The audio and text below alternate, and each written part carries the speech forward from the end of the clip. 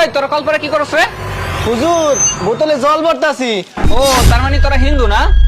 তোকে দেখলে আসলে আমার কষ্টও লাগে, আফসোসও ঠেকে। কেন হুজুর, আমরা আবার কি করলাম?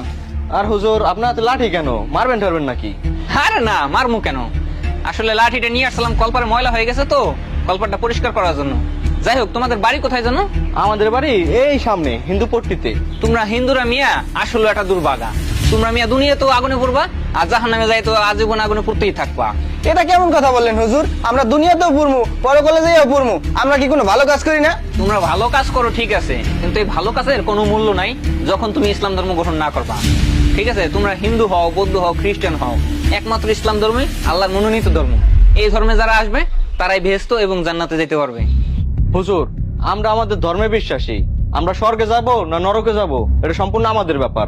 আপনি আপনার ধর্ম নিয়ে থাকেন, আমাদের ধর্মের ব্যাপারে কথা বললেন না। আমি মিয়া তোমাদের ভালোর জন্যই বলতেছি। তোমরা তো এখন এই জিনিসটা বুঝতে পারতেছো না। তোমরা যেকেলে মরবা, মরার পরে এই জিনিসটা বুঝতে পারবা। হেকেলে আফসোস করবা যে ভাই যে কথাটা বলছিল ওই কথাটা যদি শুনতাম, ইসলাম ধর্ম যদি গ্রহণ করতাম, তাহলে আমাদের কত সুন্দর জীবন হইতো।